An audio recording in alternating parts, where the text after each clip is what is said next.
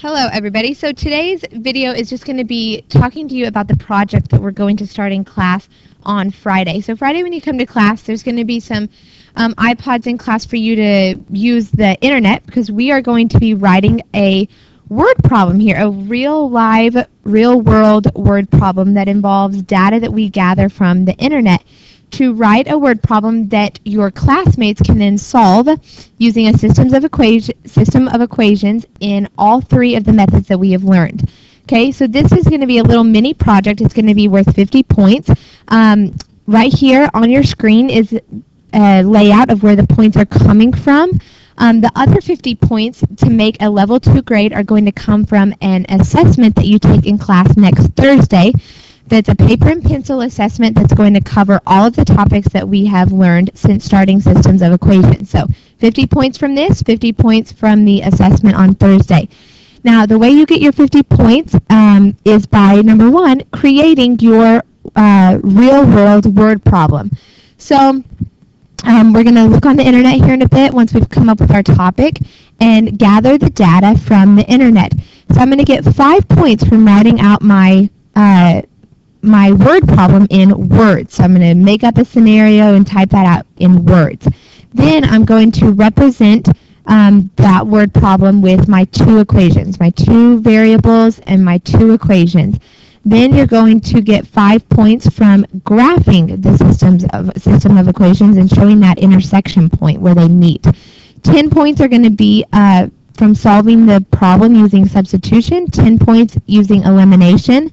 5 points are going to come from explaining what the solution is. So you get an ordered pair as your answer. You're going to explain what that ordered pair represented. And then 10 points for how well you thought this whole process out. What was your critical thinking throughout the project? So we're going to start here by thinking of what we may want our topic to be about. And we are going to, let's pick something involving Six Flags. So I'm going to go to the internet. This is what you're going to be doing in class on Friday.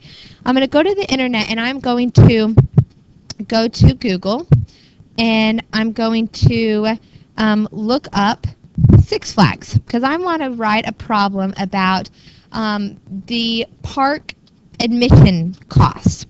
So I'm going to go to Six Flags here. I'm going to see how much a child ticket and an adult ticket are, because I think that would be an interesting topic to write a system of equations for. So I'm going to go here to tickets, and I need to choose, since I'm making this real world, I need to choose the Six Flags here in Arlington, as the prices may be different.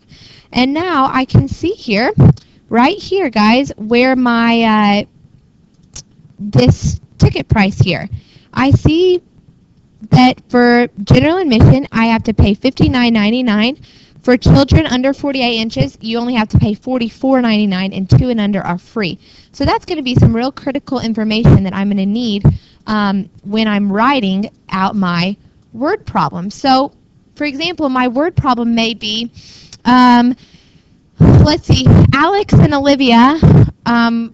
No, let's scratch that and okay, so we're going to work backwards here. Okay, so I'm going to turn this over to Coach Wallace. Hey guys, all right, so like Ms. Sokolowski said, we're going to work backwards. So I have my ticket prices here, and that's some important information. So I'm going to go ahead and I'm going to write that down. I'm going to say, okay, the cost for an adult, that's an arrow, sorry, the smartboard's a little bit off, is $59.99. And I know that the cost for a child, if you're under 48 inches, is $44.99. And I know I've already identified this as my important information. So now I'm going to think backwards. I'm going to think, well, how can I write a word problem about adult prices and child prices? Well, think back to when we talk about solving systems of equations from word problems. Every word problem we've had has had a total cost. So I'm going to need a total cost, and I'm also going to need a total amount. Okay. Yeah, this is going to be the number of people. Okay, so I've got my total cost and I've got my total amount. I just need to come up with some numbers that are going to represent that. So I can work backwards to writing my word problem, because I really don't know the total amount or the cost right now. So, for example, if I said, all right, I know that adults cost $59.99. What if I said that I had 550 adults, come to Six Flags? And I'll say, okay, randomly, I want there to be 1,650 children. Okay, so let me get this straight. So you are making these numbers up. Yeah, I just thought, hey, wouldn't it be cool if there were 550 adults and 1,650 children? Okay, so that is pretty reasonable because that's saying that you have one adult for every 3 children, which seems like a reasonable amount when you're going to Six Flags. Okay, I just want to make sure you didn't get those numbers off a website or something like that. No, I came up with these numbers because remember, we're working backwards, and I have how much it costs the adults to get in and how much it costs the children to get in, and I don't have a total cost. If I want the total cost, I'm going to need to know how many people there were. Okay, so I've been working backwards, and now I'm to the point where, okay, I can start writing some equations because my cost is going to be equal to $59.99 times the number of adults plus $44.99 times the number of children. That seems reasonable, yes? Equation is going to be the total amount of people, and that is my number of adults plus my number of children. Okay, so I've worked backwards. I'm going back. Bear with me. I knew the cost for adults. That's right here. Okay? I know the cost for children. That's right here. All right? So the things I did not know that you guys are going to have to find is the total cost and the total number of people. These amounts right here, I made these up because I have to have the total amount and the total cost, and in order to get those, I had to make up the amount. Are you with me, Ms. Sokolowski? I am. I understand so far. Okay, so to get my total cost, I multiplied how much it costs for an adult times how many adults, how much it costs for a child times how many children, and for my total amount of people, this is my number of adults plus my number of children. Okay, so I can start making my 2 equations now. You can certainly start writing your 2 equations. We already have them. Okay, but am I going to put variables in? We do have to have some variables. So we're going to have to solve out this problem, because if you think about it, in every single system of equations that we've solved so far, we've always had some variables. So what were our variables here? The adult and the child. Yeah, the number of adults and the number of children. These are our 2 variables. So just like in some of the problems we've already had, we're going to have our 2 variables be the number of adults. I need to identify what my variables are. So when I do this project, I'm going to need to tell my readers, the people that are going to be looking at my project, what these variables that I'm using represent. So A is adults, C is children, okay? Now my 2 equations that I would need to turn in to the teacher are going to be... Right, so I have to actually solve this out because I need this total cost here. So $59.99 times 550 is 32,994.50. Goodness. And my total amount for children would be $74,233.50. okay. So and how many total people do I have? I have 2,200 total people. So if you think back to when we've been solving systems of equations from word problems, this word problem would read something like this. My local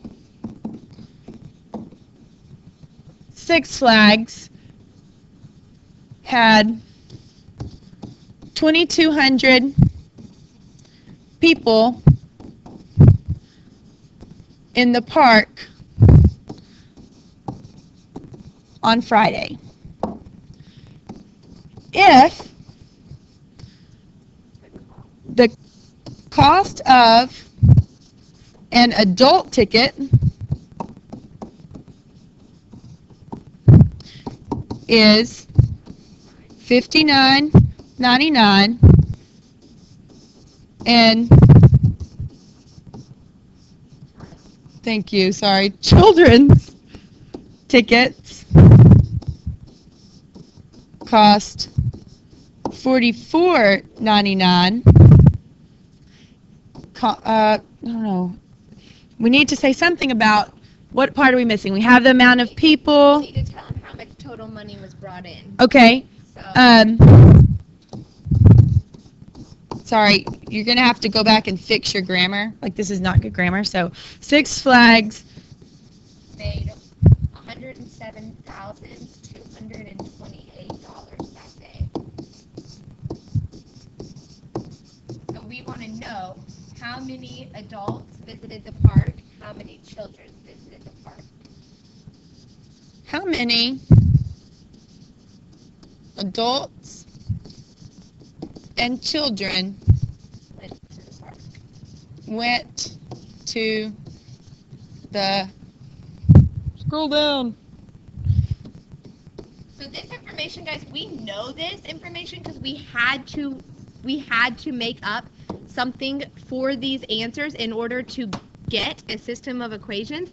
But when you turn this into me, you will not tell us how many adult and children visited. That's going to be what one of your classmates figures out. So you're going to turn in this problem on notebook paper written very neatly in proper grammar using proper good English. You're going to turn that into me so that I can all cut out on a piece of paper so that we can distribute those randomly to your classmates, because their job and where they're going to get the points for this project is to create their system of equations from this word problem and then solve it. So you're not giving them that crucial bit of information, which was how many adults and children visited the problem. That's what your classmates' job is to figure out using graphing, substitution, and elimination, okay? So what your job is going to be is to think about tonight what topic you're going to research. What are you going to write about? It can be anything real world that you can get from the internet.